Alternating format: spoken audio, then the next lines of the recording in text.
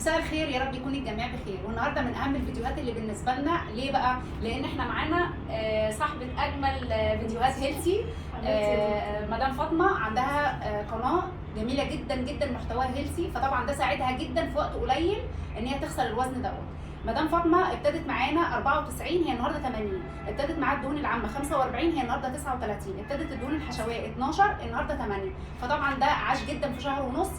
اهم حاجه بالنسبه لمدام فاطمه ان هي نفذت النظام الغذائي، نفذته بجداره، طبعا بحكم معرفتها على الاكل الهيلثي طبعا وطريقه تحضيره. كمان هي عارفه الفيتامينات والمركبات بتاعته، ودي اهم حاجه طبعا عندها.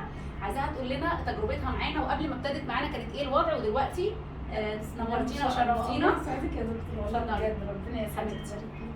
طبعا في فرق كبير، انا عملت دايت كتير على فكره، ومشيت مع دكاتره قبل كده كتير، عشان كده يعني ايه حسيت انا من النوع اللي بحب اكل حاجه بحب اشوف فوائدها. برافو. وادخل واسال. وهي على فكره بتقول الكلام ده في الفيديوهات، يعني لما بتعمل الاكله بتقول ده بيعمل ايه وده بيعمل ايه، وده عاجبني جدا في المحتوى بتاعها. بحب انا طبعا من اشد المعجبين بيها اكتر من العقاقير. يعني انا مثلا عندي تعبانه من حاجه بدخل اشوف ايه الاكله الكويسه. برافو عليكي.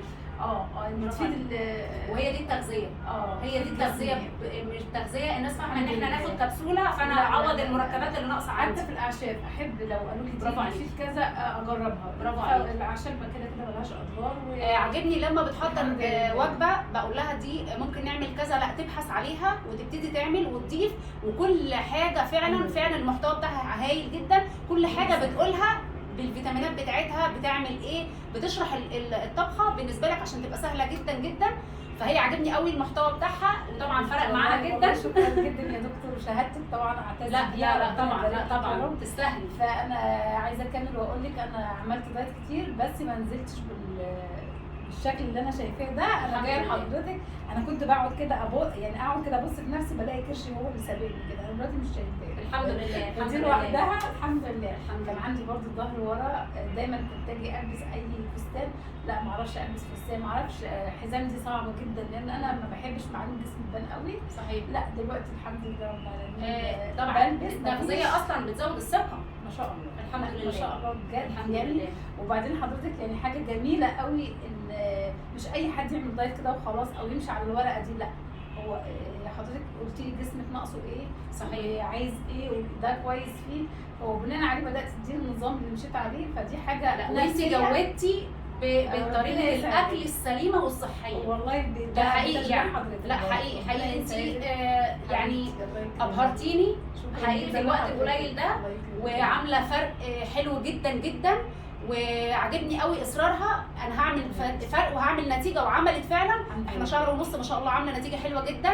اتمنى تكملي، واتمنى اللي اهم من ده ان المحتوى بتاعك يوصل لكل الناس، لان حرفيا المحتوى بتاعك هايل ان شاء الله، وعايزه كل الناس وانا تتعلم. هدفي كله ان انا اقدم محتوى صحيح بس صحيح اؤجر عليه، ما يبقاش فيه كده. لا هو حاجه تبقى فعلا اللي بيدخل بيشوف المحتوى بيدعي لي دعوه، بيفرح ان هو شاف حاجه مفيده، فدي لوحدها. انا من اشد المتابعين ليك حبيبتي والله ربنا يسعدك. ربنا يسعدك يا رب. وعايزه اقول لك ان انا الطقم ده بقالي سنتين ما البسوش. لا كل ما نورتنا. ادخل عشان البسه هي جايه لنا من قطر ما شاء الله، كانت الدنيا عندها في حاجه مظبوطه في حاجه مش مظبوطه. لا انا مش هلبسه، فقلع تاني. لا النهارده لابساه وانا مرتاحه. شفتوا بقى فايده التغذيه؟ تاخدي بالك انا البنطلون لا والله العظيم احنا مضايقينه قبل ما نطلع على الهواء. انا دخلت عند الدكتور لا البنطلون بيقع مني حرفيا. احنا ما كانش بيدخل فيا، ففعلا شاور الحمد لله. هي دي بقى الرساله اللي عايزه اوصلها النهارده حبيبتي، انه التغذيه لما حضرتك بتشتغلي تغذيه كويس بتبتدي تبحثي وتشتغلي على نفسك. يعني هي كان محتوى التغذيه بتاعها او القناه بتاعتها عادي، طبخات طبخ عادي. لا هي لما حبت الموضوع ابتدت تبحث عليه وابتدت تدور على الاكل الهيلثي. برافو عليكي. فانا مبسوطه بيها عشان هو ده التغذيه اللي احنا بنقول عليها اللي هي اسلوب حياه، ان انت تغير نمط غذائك وتغير طريقتك. وطبعا المحتوى بتاعك هايل وكمليه، لانه كلنا محتاجين المحتوى ده مع طبعا تدخل الحاجات حضرتك طبعا ان شاء الله ربنا يسعدك. مع تدخل الاكلات الغريبه دلوقتي. عايزاكم كلكم تعملوا زيها، والتغذيه سهله والله، هو تغيير نمط غذائي بس.